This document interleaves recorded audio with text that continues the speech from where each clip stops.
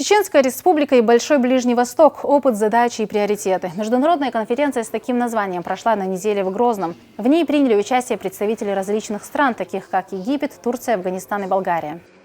Благодаря молитвам нашего народа у нас появился лидер. Таким лидером стал Ахмад Хаджи.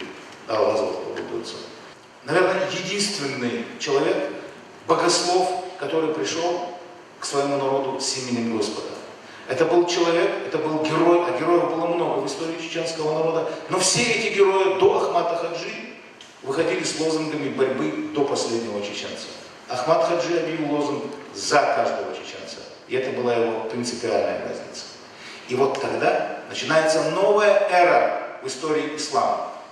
Основным акцентом Ахмада Хаджи это стало наведение мостов доверия между странами мусульманского мира.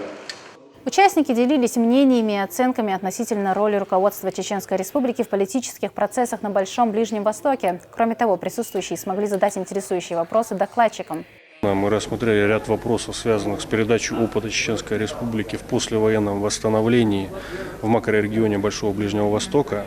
Какие задачи стоят перед Чеченской Республикой и какие приоритеты для Чеченской Республики в этом направлении существуют. Как известно, Чеченская Республика и ее политическое руководство в последние годы очень активно взаимодействуют со странами Ближнего Востока. К этому прилагается множество усилий, в частности, Рамзана Ахматовича Кадырова, главы Чеченской Республики.